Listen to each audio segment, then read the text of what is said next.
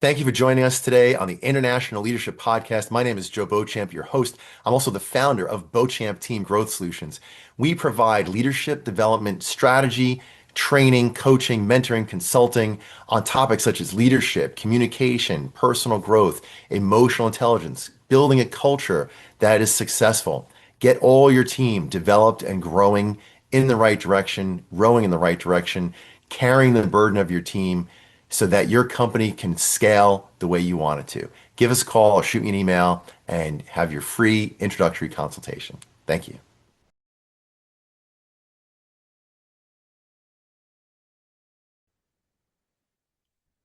Thank you to our sponsor, MTL Telephones. That's mtltelephones.com. You want to give them a call at 631-823-7100. MTL Telephones provides voice over IP telephone services, most likely cheaper than the price that you're paying right now, and more options. For example, I use it for my telephone service, and I can answer my call from any device, my laptop, a tablet, my smartphone, or a phone system from anywhere in the world. I can answer it here, or my assistant can answer it halfway across the world.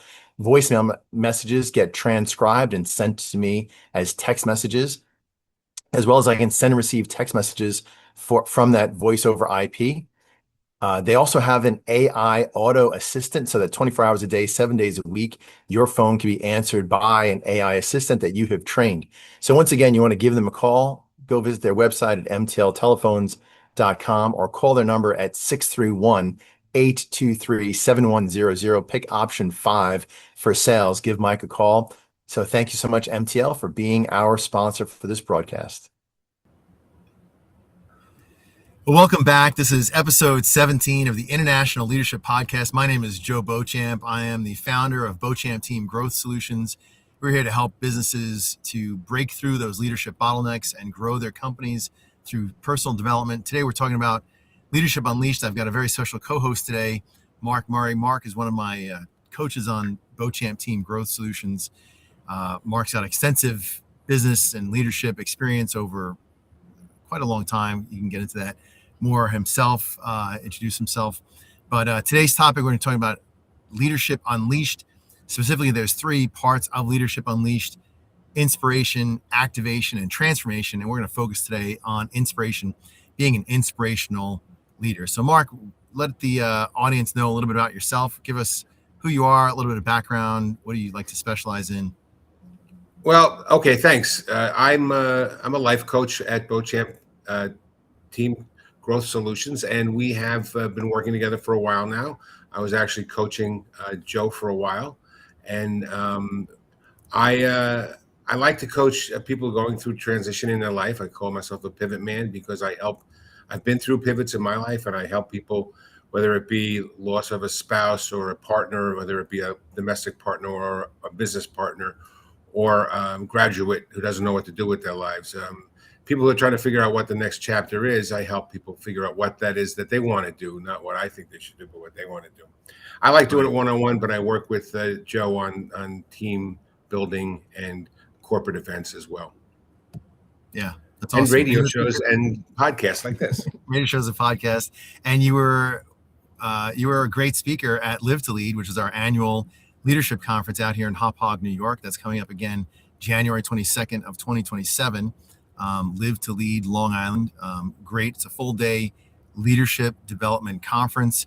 We have some great speakers, and it'll be an amazing program. I recommend everybody sign up. The QR code's right on the screen there. Click on the link and sign up for Live to Lead 2027, Live to Lead Long Island. So Well, we're talking thanks for about, that. That was a great event. I was happy to be involved with it. We had great speakers, and it was really. I thought it was an event filled with information, and I think the people who attended went home with a lot. yeah, the goal really is impact, right? So helping people take away strategies, elevation and mindset and new strategies that they can go home and implement right away, go back to their businesses, their families. One of the greatest things I love to hear from our clients is when they say that they're applying these principles to their family and that their family lives are getting better. We've had husbands and wives having stronger marriages, people going back to college, getting degrees, certification, getting promotions, all kinds of great experiences. When you elevate your leadership, everything in your life gets better. One of the things I say all the time is a better you is a better everything. You are the common denominator in every aspect of your life. As you elevate yourself, you elevate everything around you. And we're talking today about inspiration. It's a great inspiration for me to continue to see the development in people we work with. It's great. Yeah, it's awesome. It's super fulfilling. And that goes back to purpose, right? So one of the things about an inspirational leader is that they lead with purpose, right? There's a direction to go in. People understand, hey, we're making the world a better place by doing what we're doing. We're not just, writing papers or doing paperwork kind of things. We're not just, helping people file their taxes or whatever other kind of businesses, law and, manufacturing, whatever, but we're changing lives. We're making people's lives better by doing the job that we do. And if we can see that bigger perspective and have that higher purpose, I think that's inspirational. I couldn't agree with you more, Joe. I love it. I love seeing it. I love, it's so much. It's rewarding to do it personally, but to see that the efforts that you've made have helped others to reach levels that they didn't think they could achieve on their own. It's just a great feeling.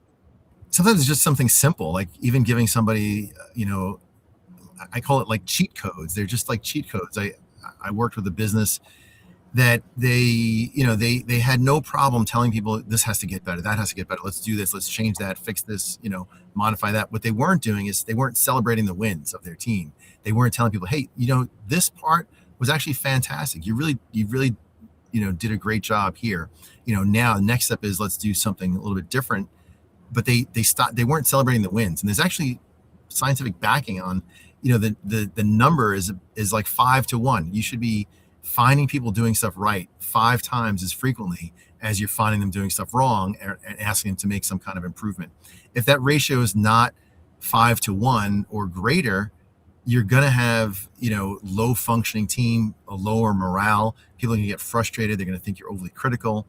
And that they're going to, because they get emotionally triggered with that, they're not going to be performing their best.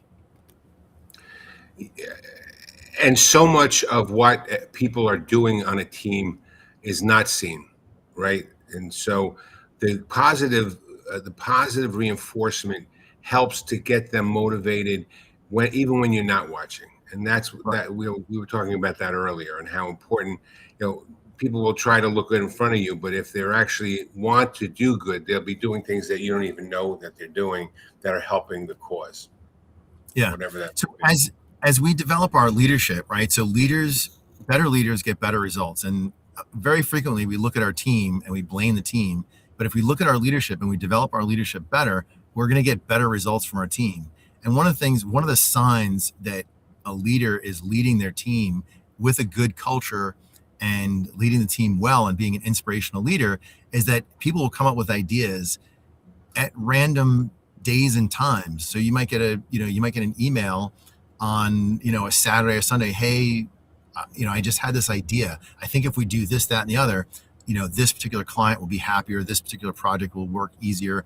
This product will function better, because they're not thinking, hey, I work a 9-to-5 job. They're thinking ownership. They own the process, the service, the product, the customer. They feel a sense of ownership in the business, and it's personal to them because they buy into it. They love it. They identify with it, and because they identify with it, they want to do more. And so you don't have a 9 to 5 Monday to Friday employee. You have a 24/7 employee who's really out for the company to win.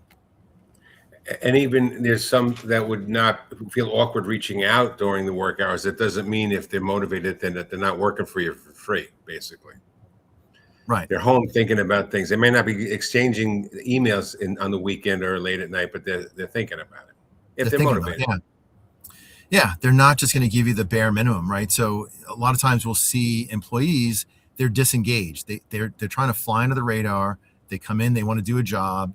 I think Gallup did a poll, and they determined that over 1/3 of the workforce is disengaged at work, and part of that chunk of the workforce that's disengaged is actively disengaged, which means that they're actively working against the direction of the company, right? So they're kind of purposely sabotaging the company out of resentment or ill feelings or any kind of negativity. They're emotionally triggered, and that's creating this not only disengagement but I would say anti-engagement. When I was a friend of mine in high school, we were in the city. His father worked for the Board of Education in one of the warehouses. He was like a warehouseman. And we were going to go visit him. And we went up to the floor. It was this floor of stacks of boxes. And we went through this labyrinth of little hallways carved out of boxes. And all the way in a corner behind this big stack of boxes, we found him.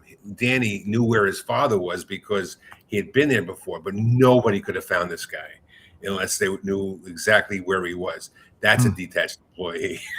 I mean, he was as far, you could not find him with a map. Right.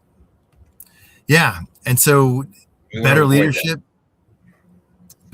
gets better results from their teams. Listen, you're never going to get 100% of your team working at 100% of the time, right? So, but as leaders develop their leadership skills, they get more engagement from their employees, better morale, better problem solving, better customer service. Everything tends to improve. Bottom line, results get better. I've had people tell us, Joe, if you would have told us, 2 years ago when we started this process that we would be making these productivity numbers that we're getting today, I would have told you you're crazy. But now, not only are we achieving these numbers, I can see that we're even still on an upward trend to get better, but it's actually easier now than it was back 2 years ago. And the reason it's easier now is because you're using the right tools in the right way, and you have a base of leaders that are all leading with proper leadership skills, being trained in leadership properly, and they're all executing together in a stronger way than they were before. People aren't, rowing in different directions. Everyone's rowing in the same direction with the same vision, the same mission, the same purpose, going in the same direction. And there's strength in that culture and that vision, that direction. We when I'm with a new group, a team, whether it's a not-for-profit campaign or it's a business that we're working as a subgroup or whatever, I always ask everybody, what personally do they look to achieve within the time frame that we get a chance to work together? What goal can we achieve for you as a person? Yeah. And I would always say, I got to get out and walk more, or I got to get out and play more pickleball or whatever it is. And once I gave that vulnerability and made it very personal, then others would fall in line. Now we're all keeping an eye on each other's other personal goal, right. and the team goal falls right into place. And more importantly, there's no pointing at each other. We got each other's back. We're all working towards something right away. And, right. and that's an inspirational theme that I try to put together on every team I work with. Yeah, and you're exactly right. Like the mission of the organization and everybody's individual missions in their life, like those purposes, at some point in time, there's an alignment of purpose. So if you're my boss and I know that you are concerned about my purpose in my life, I'm married, I have a kid, I have a house, or I want to buy a house, or I want to get married, or my wife is pregnant, or I want to get, whatever it is, everybody has their own purpose that they're looking at. If you know my purpose and you care about my purpose and you're here to help me achieve my purpose, and for some period of time, let's say hopefully a few years at least, that my purpose in my life lines up with your purpose for this company, like we're going to be in alignment for that period of time. If I know that you have my back, I'm going to have your back, right? So if you care about me, I'm going to care about you, and it has to be the leader showing the care first, right? So there's two components that go into trust. So trust is being trustworthy is one of the most important, and I think the second most important characteristic of good leadership, first being humility, second being trustworthiness, and the third being courage.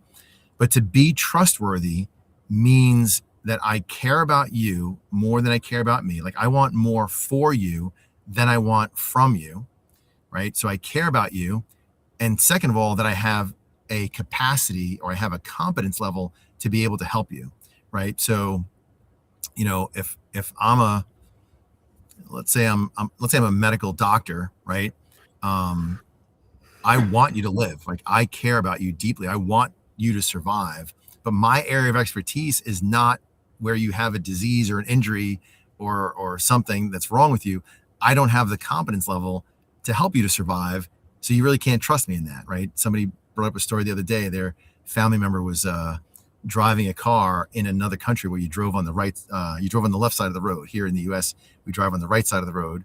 But in other countries, they drive on the left side of the road. And so that person's family was like, listen, we love you. We care about you. We value you tremendously. We know that you're an expert driver when you're driving on the right side of the road, but we just don't trust you driving on the left side of the road. It's not a care issue. It's a competence issue. We've never seen you drive on the other, with the steering wheel on the right side of the car, driving on the car on the left side of the road. It's just a competence issue, right? So trust is building those two things. Do I care more about you than I care about me? And do I have the competence to actually be able to help you? And the honesty is so critical as a part of that, because they can sniff out an effort to pretend to care so fast. Yeah. It's so fast. It's so easy to tell. Yeah, and the thing is, a lot of leaders, they get stuck, and this goes with being an inspirational leader and the emotional intelligence part, right? So being a resilient, emotionally intelligent, or what I would call emotional fitness, an emotionally fit leader has the emotional bandwidth to care about their employees, because they're not all self-consumed in the stress and the frustration of them surviving as a company, them surviving as an individual, them meeting their own personal goals, right? So when you have that level of emotional fitness, it doesn't seem so critical and urgent. Like it's not like a life or death situation. You have an emotional bandwidth to care about your employees. And when you show that value for your employees, that's when they are going to respond valuing you back. If I show my employees all I care about is me and all I care about is now, you're going to do the same thing. If I'm only concerned about me, you have to watch out for your back, because I'm not watching out for it. But if I, as the leader,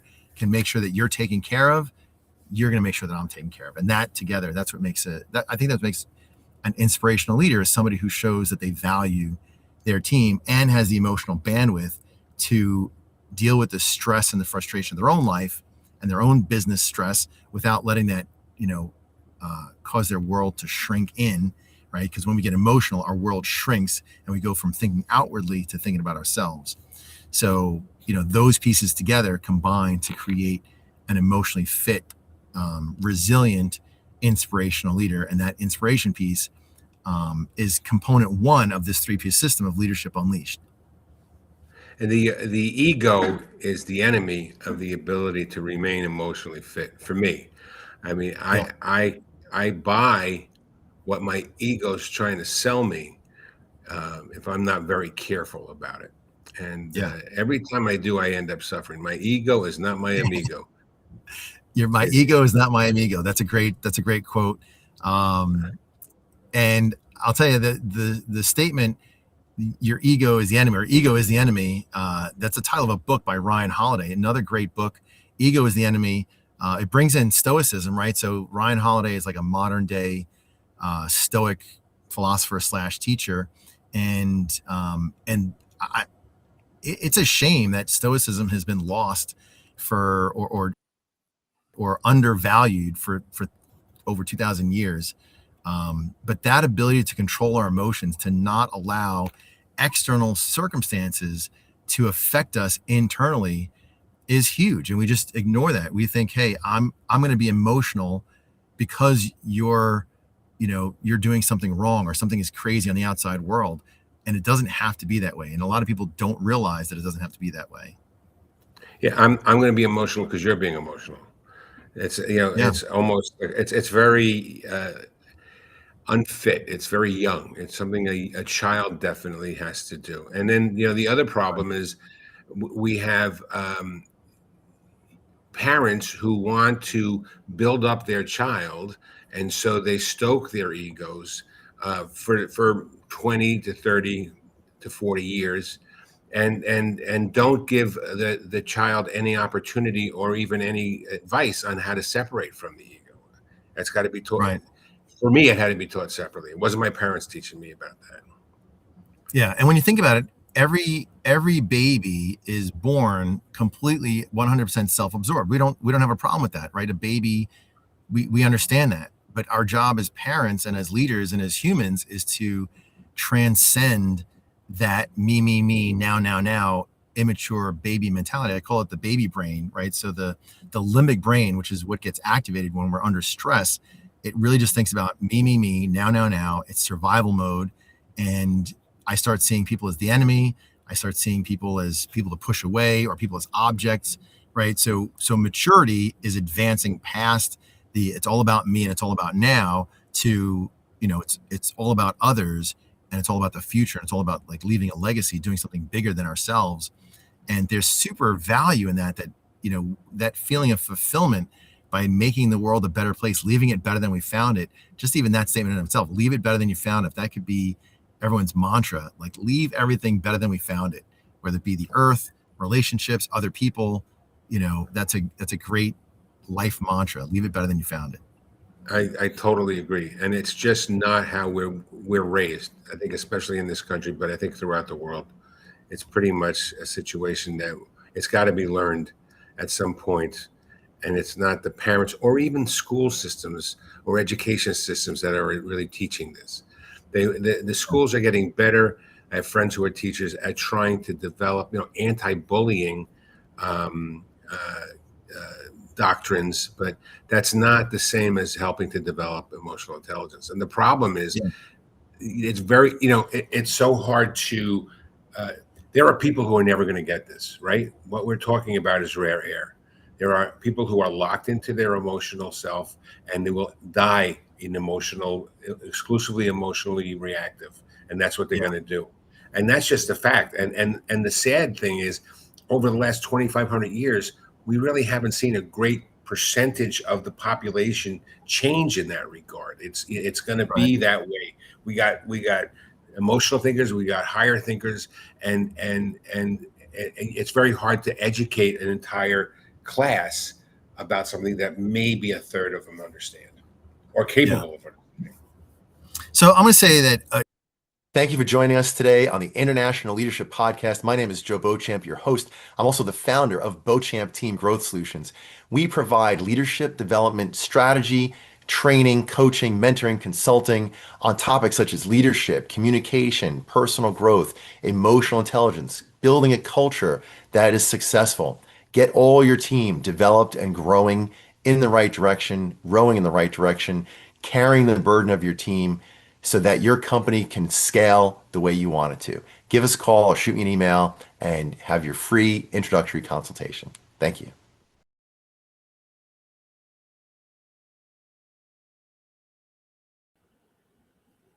Welcome to America's virtual Chamber of Commerce and Industry. My name is Joe Beauchamp. I'm one of the founding members here. I'm also the chair of the leadership committee. I'm here to help leaders develop strategies. My company is Beauchamp Team Growth Solutions. We help business owners and business leaders to develop their leadership skills, the leadership skills of their team. We know that better leaders get better results, and we provide that leadership strategy, training, and education for business leaders to run their companies better. Hope you can join us at the America's Virtual Chamber of Commerce. I look forward to seeing you soon. Yeah. Okay. So most of my life, I believe that my internal emotions were going to be dictated by the outside world. And I saw this t-shirt at Disney one time. I've spoken about this before. It says, "I'm grumpy because you're dopey." And that was like my mantra. Like, I believe that I was allowed to be in a grumpy, frustrated, irritated, annoyed attitude or angry because of external circumstances, other people who are not doing the right thing, or they're, whatever, external circumstances. It was the government, it was taxes, it was the economy, it was business, it was my boss, it was my wife, it was my kids, it was whatever, the weather, right? So to learn that my emotions can be independent of whether it's a sunny or rainy day out, whether I have a job or don't have a job, or I'm getting paid or not getting paid, or whether I got an unexpected bill, I got pulled over by a police officer, or anything that's going on in life. That was a huge realization for me, right? So yeah, I hear you.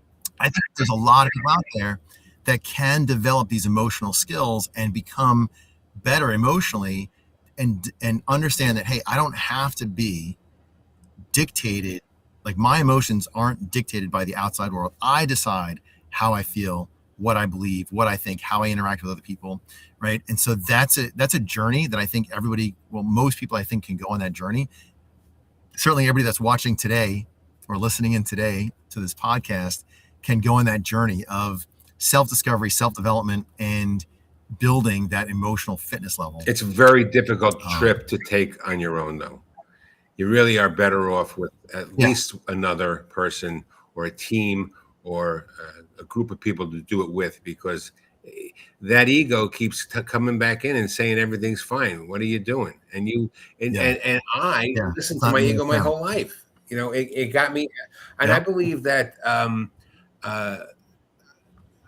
as a man who grew up feeling self-reliant, that I had to count on myself and I couldn't count on anybody else, only increased that ego and self-centeredness, because I didn't think anybody else was there for me but me. I was wrong about that, but I felt that way, and there was nobody to change my mind about that. And it's a common misbelief in leadership. A lot of leaders will say, if you want to do it right, you got to do it yourself. If I want this done right, it's got to be me. And that's really not leadership, right? That's going, it's like I can go on a hike in the woods by myself, right? But if I'm leading, there's people that I'm in front of and they're following my leadership. In order for them to follow my leadership, in some degree, I need to be an inspirational leader. And we're talking about the different methods of how you can become more inspirational leadership. So one of the things I want to say is, why do you want to be an inspirational leader? And my answer to that is because inspiration energizes people. And without energy, people don't move. They don't do something different. They don't see the world in a different way. Or if they do see it in a different way, they don't have the energy to go on that journey to get there. An inspirational leader energizes their people. And with that energy, those people can then work the strategy. Great way of putting it, because it really improves. And we've seen time and time again, increases productivity. Profits go up. 100%. Yeah. Profits go up, morale improves, right? So, I can cast a vision for people. And that's part of being an inspirational leader as well, is being able to draw this picture of a better world than we are on right now, right? If I believe that something in the future in the company, right, more customers, better customer satisfaction, higher morale, better profits, whatever it is, I'm drawing this picture of a business that's running better than it is today, right? And that business needs to be able to paint a picture of the world for their customers better than they are today. They're solving headaches. They're giving peace of mind. They're solving problems. They're making people's lives better. That ability to paint that picture of this vision is inspiring. People want to see that the world can be better than it is today. They want to see that their lives are going to be better, that they're going to be healthier, happier, stronger, faster, more profitable, more secure. It drives clients. So the ability of a leader, like you just said, it expands beyond the company. It drives clients up, feel the same way, and they hire your services. Absolutely. They buy your product because they like what they see. Right. They can see that vision of, hey, my life is better. I don't have the same headache when I use your product or service, right? I'm either gaining a benefit or I'm losing some pain by engaging. And that's huge in sales. Like, what is your pain point? What is it that's frustrating you right now that we can get rid of that frustration, and then you're going to purchase that product or that service. And so businesses, to be able to do that, need to be able to be inspiring. You're going to inspire your customers to see something better and to be energized to make that decision, right? So there's a process that goes involved with transitioning. That process of transitioning requires energy. That energy that emotional energy involved in making those changes is that inspirational leadership, right? So inspiring people energize the people around them, and with that energy, then they can run that strategy and make that change, do that transition. Like, you're that pivot, you're the pivot man, right? So those transitions in life and in business, we're going to deal with transitions. Who knew that COVID was going to hit? Who knew that there was going to be a war in the Middle East? Who knew all the different things that were going to go on in the world? Nobody knows these things ahead of time, but we do know that something is coming down the pike. We don't know what the exact next thing is coming, but I'm going to tell everybody right now, something is coming. I don't know what it is yet, but it'll be here, and it'll be unexpected. And to be able to pivot, to be able to have the emotional bandwidth, the emotional and fitness level, to be able to be resilient in that and create a vision for how things are going to look better, to be able to communicate that vision, cast the vision, energize the people around us, move in a certain direction, to implement a certain strategy to make life better. That's the role of leaders. Yeah, I mean, it's an easy out to say when something like COVID hits, that's it. And a lot of people did, and that was it, Yeah. And but there are others who found the opportunities. Outdoor restaurants became a new thing, and it was we have more outdoor restaurants in Europe now. It's amazing. It's really easier to get approvals for them because people realize it. And it's so important. Right. It's so important to stay on top of customer satisfaction, which we were talking about. And you notice every time you go anywhere where they capture who you are, whether it be a retail store, a restaurant, a delicatessen, any place, they're sending you an email asking you, well, were you happy or were you not happy? Happy about the service? Were you happy with the food? Were you happy about the clothing? Were you happy? They want to know exactly what you liked and what you didn't like, so that they know what they can make as a fine adjustment for making the experience with you better. Yeah, absolutely. And that takes courage to do that, because it takes a level of humility. If I give a survey out and say, hey, what did you like? What didn't you like? What can I do better? I'm going to have to hear and read those results, and I'm going to have to be face to face with, I didn't do, the best job that I could possibly do. There's something that people didn't like about it that they want me to do better. And that's uncomfortable. Facing that discomfort, right? There's no growth without discomfort. Being able to face that discomfort takes courage, and it takes humility to do something about it. And those are two characteristics of good leadership, which I believe are inspiring to others. Nobody's going to follow a leader that doesn't have courage. Correct. We have names for leaders that that don't have courage. Famous leaders. They're not good. Yeah, they're not in the annals of history for good stuff. Right. So inspiration, we were talking earlier today about inspiration in leadership, and one of the things I mentioned was, the concept of, if you want a ship built. I told you about Roger Poor. He's a very, very smart man from New England that I know, and he once told me, if you want a group of people to build a boat, you don't tell them what wood to get and how to join it. You have them yearn to be in the sea, and let them take ownership. Yeah. With inspiration comes ownership, and ownership is so very important as a leader, to create ownership in your team. Yeah, absolutely. One of the biggest demotivators is being micromanaged and not having a sense of autonomy. Autonomy is inspirational, where I value you so much that all I need to do is inspire you to love being on the ocean. You will determine the best way to build this ship to fare on the ocean.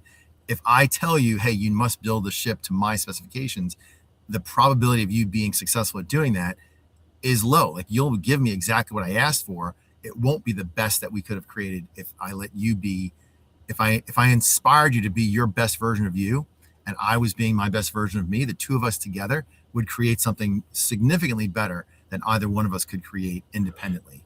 Unfortunately, a lot of leaders who think, hey, if it has to be done right, it has to be done my way, right? Ego is getting involved. I think I know how to do it best. I'm going to suppress your autonomy. Don't be creative. Don't do it the best way possible. Do it my way. I write your checks. I pay your salary. You work for me. You've got to follow my lead.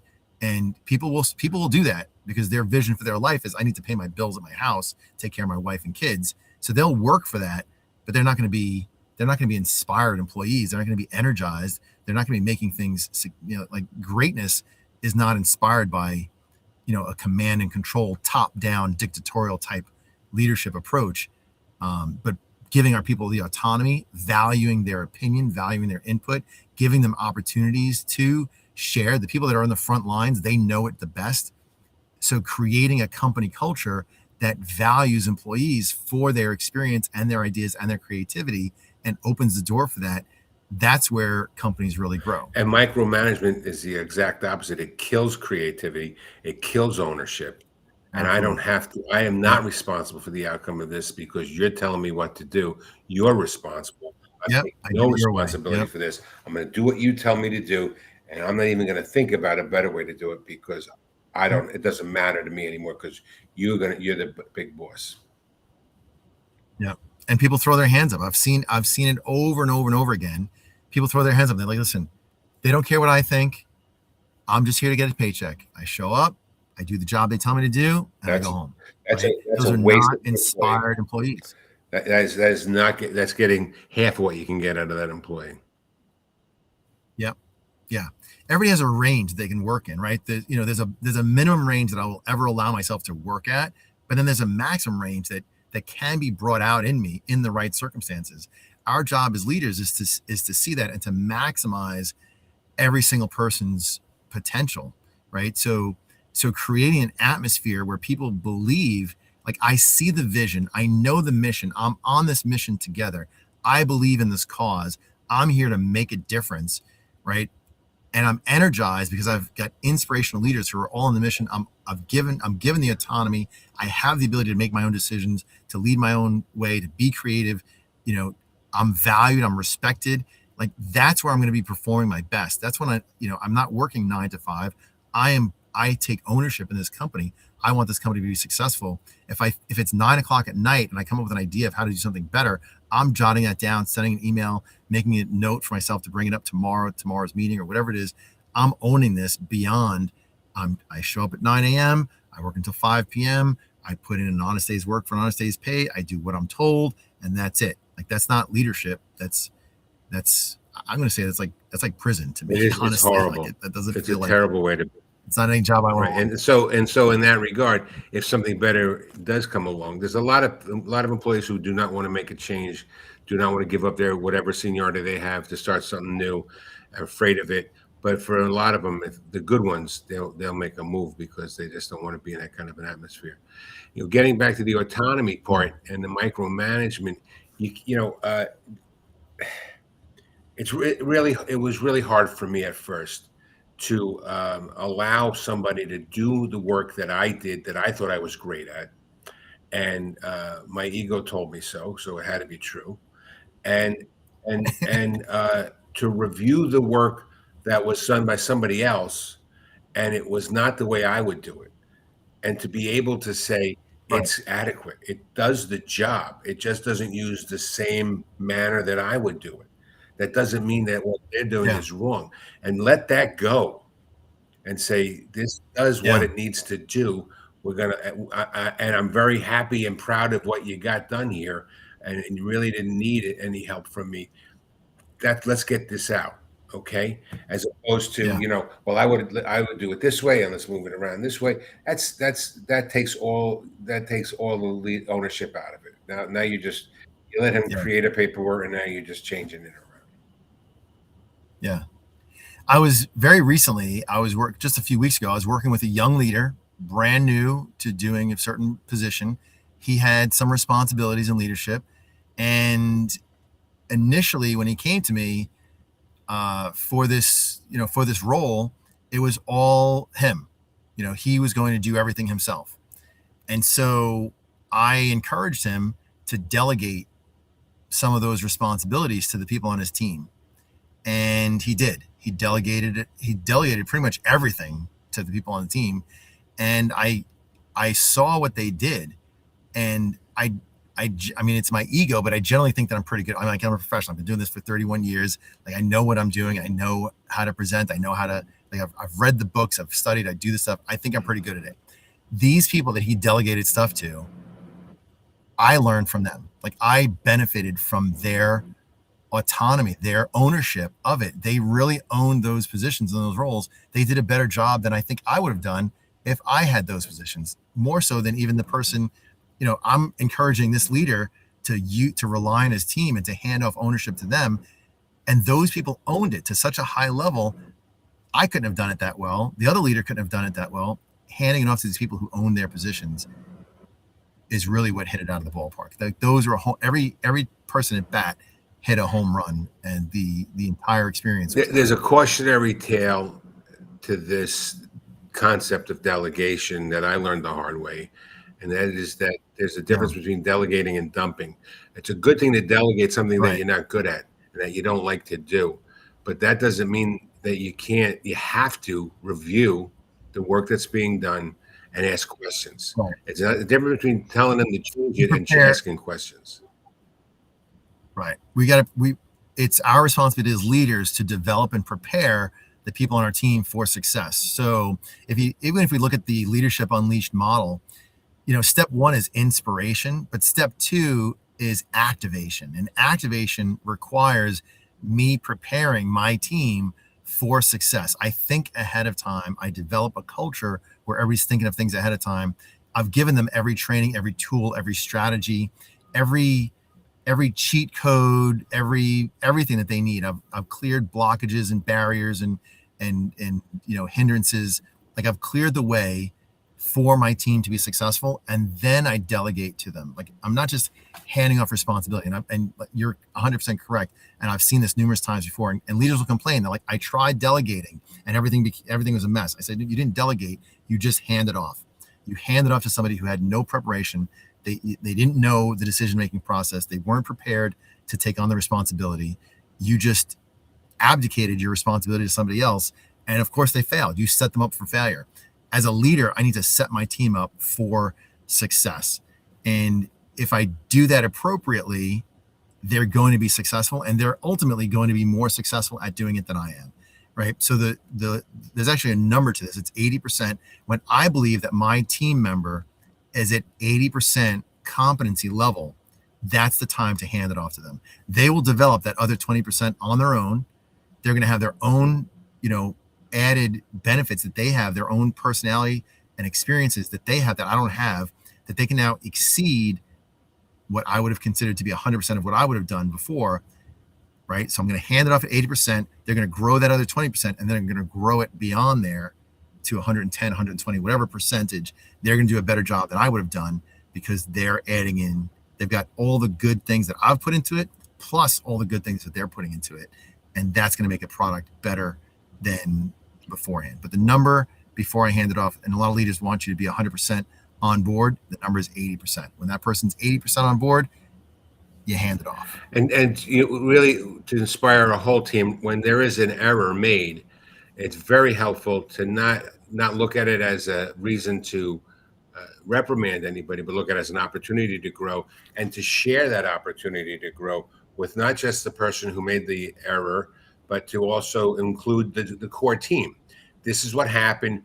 We don't want this to happen anymore. What we're going to brainstorm here. What's the best solution to keep this from happening again? And celebrate errors as an opportunity to improve the system. And that's not easy to do. Ego gets in the way with that again a lot. So these are all these pieces are tied together. This is the value of having coaches, having outside eyes and ears, having outside people. And literally the Leadership Unleashed system addresses all these pieces. So it's inspiration, activation, transformation. And that transformation piece is really leadership as coaches. Coaches don't slap you on the hand when you do something wrong. The coach says, okay, this is the intended output. This is the actual output, right? So what got in the way of achieving this goal that we were setting out for? And how do we do this better next time so that we can more likely achieve the goal than we did last time? It's just developmental. If I continuously develop my team and tell them their next thing to do, they're going to continue to grow and develop. And I always bring up this example of when I was a soccer coach. I chose for my final year, and I should have just kept coaching after this because it was working. I chose for my final year. I'm like, I'm not going to be reprimanding my kids for anything they do wrong. No matter what, I'm going to tell them what they did right and what's their next step. And that's it. What did you do right? And what's the next step that you have to develop? And they knew clearly, repeat what I did right and do the next step. It was so simple. I didn't tell them, things like, why didn't you do this? Or why didn't you do that? Like, if you're a leader and you're asking your team why something happened or why something didn't happen, you're asking for excuses, right? The only answer to a why question is an excuse. I don't want the excuse. I just want to know, hey, what can we do better next time? That's it. How can we do this better next time? How can we get a different result? How can we overcome a barrier, overcome an obstacle? And from an inspiration standpoint, since that's our topic today, you're taking it to an emotional level by trying to figure out who's to blame, and you're putting them on an emotional level because they're in a defense and excuses mode. Nothing's going to get accomplished. Right. Finger pointing is not going to help. Yeah. A lot of times, and this is something that we see too, I'll see a leader who I'm trying to help that leader to become an inspirational leader. And they're doing the right things, but they're also doing the wrong things, right? So in one sentence, they're trying to inspire the team, but in another sentence, they're demotivating their team. And the two don't go hand in hand. They seem inauthentic. They're like, oh, this person's just faking it. I know people that have complained about their boss. Their boss is always 99% of the time, the boss is smiling, they're engaging, they seem happy, they're well groomed, they're well put together, everything seems perfect. And that 1% of the time, they yell, they condescend, they insult their team, they micromanage their team. And that 1% of the time makes the other 99% of the time seem inauthentic. And they are not inspiring leaders. They're trying to do the right thing, but because they're doing this small amount of wrong, demotivational stuff, it's ruining their entire leadership. And they're all wondering which boss is walking through the door this morning instead of doing their work. That is 100% correct. Yeah. Nobody trusts this boss because that 1% of the time, the person's a little nutty. They're emotional. They're emotionally triggered. And they've accepted condescension as a leadership style. They've accepted emotional manipulation of their team because they get results. If I yell at my team, if I show them that I'm angry, I will get results. I will get short-term results, but I will get results. And it's an ego boost too. I yelled, you conformed, I'm the boss, beat my chest, I win. You don't win, you lose. You lose that day, you lose every other day. You've demotivated your team. You're getting less creativity, less problem solving, less solutions, less teamwork, lower morale, lower productivity, higher absenteeism, higher turnover rates. Everything that's bad increases. Everything that's good decreases if you're that kind of leader. Yeah. So emotional fitness is a component of it. Seeing this bigger vision, being on a mission for a purpose bigger than ourselves, right? Dropping the ego, dropping self, caring and valuing our team. These are all aspects of being an inspirational leader, right? So we have to recognize there's got to be a level of self-awareness where I recognize in myself, hey, I'm doing these things that are shooting myself in the foot. This is how I'm demotivating my team. Let me stop doing those. Let me be authentic to my team and admit to them, right? So a lot of leaders don't want to admit to their team that they have these flaws, but your team already knows you have the flaws, so you're not hiding anything from anything. The only thing, if you hide your flaws from your team, the only thing your team thinks is that you don't know that you have the flaws. They already know that you have the flaw, but they just believe, my boss is delusional and doesn't even see that, he is the problem here, right? So because of that, just be authentic to your team. Hey guys, listen, we're all on a growth journey. We're all developing ourselves to become better leaders, better people, better versions of ourselves. I'm doing it too. You're doing it. And we're all in this together. So let's just do it together. I know that I have these flaws. Sometimes I get emotional. I'm working on it. Sometimes I yell. I'm sorry. That was condescending. That's not the person I want to be. I'll be better. I'll do better next time. Hold me accountable for being a better version of myself next time. Well, that's getting us. You're getting us into the next two steps of activation and transformation is where we're going with future podcasts. But today we're talking about the inspiration. Yeah. And they do all tie together, but I can guarantee you can't separate them. If you look at your leadership, if you say, hey, you know what, I'm really not a very effective leader. My team doesn't show me respect. We're not accomplishing stuff. I try to implement something new and the team just doesn't follow it. They want to do the old thing. I speak, other people speak over me. Other ideas are taken before mine and I'm the boss. Like if you start feeling all those things, I can guarantee you can look at either are you being an inspirational leader? Are you activating your team? Are you clearing the roadblocks? And are you being this transformational leader, holding your team accountable through coaching properly? If you look at those three pieces, you could find areas of improvement in all three. You improve any of those three, and you're going to start to see improvement in your results. Like we say it all the time, better leaders, better results. That's what we're here for. Beauchamp Team Growth Solutions. We help leaders to break through the leadership bottleneck. That leadership bottleneck is hindering the performance of your team. If you as a leader develop as a better leader, you will get better results from your team. Bottom line, all the time, day and night, we just see it all the time. Yeah, if you can't identify the roadblock on your own, you probably are the roadblock. And you can't find it on your own. You're better off with the help of others. And that's what we do. That's exactly right. No, listen, there's no good team that doesn't have a good coach. Bottom line, right? So every good team, if you're out there in a competitive environment and if you care about winning, you hire a coach. Like it's just plain and simple. Like nobody would bet on a sports team that had a terrible coach. You just wouldn't. Or no coach. Like there is no sports team that has no coach. Right. So I could practice as a player. Like I could practice basketball as a player all I want, but if I don't have a good coach, I'm never going to be as good as I can possibly be. And I won't have. And if I join a team and all those players on the team are just playing to the best of their ability without a coach, there's no coordination. There's no team. Nobody's seeing anything from the outside or the bigger perspective, right? So that's the value of having outside eyes, having Beauchamp Team Growth Solutions in there, myself, Mark, any one of the other coaches working with the team, helping people to understand where do they need to grow, how do they do it, how does it work, and then tweaking it, right? So a lot of times I go back to how I learned how to play golf. I learned from a video, right? And I always have a slice when I hit the ball.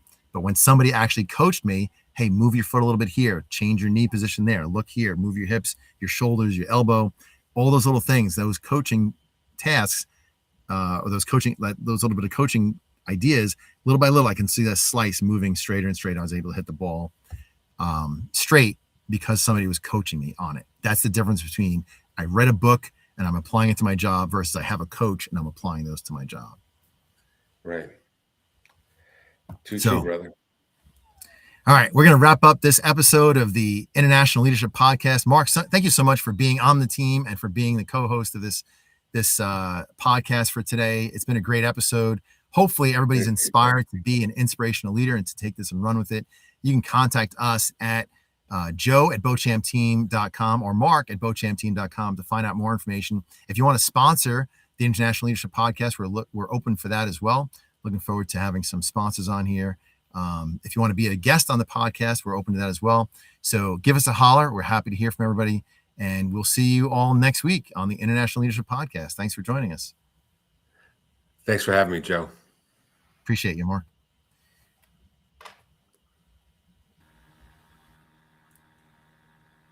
I want to introduce you to Live to Lead Long Island. Live to Lead Long Island is a full-day leadership conference. It's hosted by myself, and we have some other great speakers there. John Maxwell will be attending virtually through pre-recorded video, but there'll also be some live speakers there.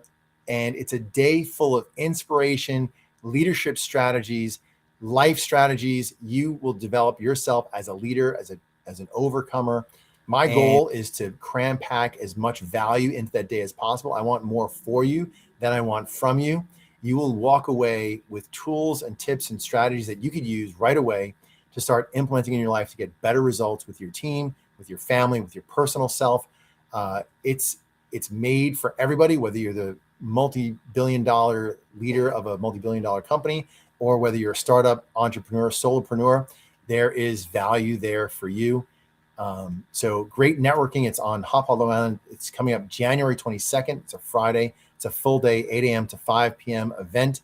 Cram packed. You're going to get a delicious breakfast, lunch, plenty of opportunities to network. It's going to be a lot of fun. There's music, there's dancing, there's tools and tips and strategies, everything leadership based. You're going to have a great time. Check out the website, lead, L-E-A-D, L-I for Long Island.com, live2leadli.com. The QR code is down below. Check it out. Register today. If you're interested in being a sponsor, click on the link down there and request sponsorship packages. We're happy to have you as a sponsor. We're selling tables at a discounted price. So sign up today. It's not too soon. January 22nd, it's a Friday, full day event. Live to Lead Long Island. Talk to you soon. I'm looking forward to seeing you there. Thanks.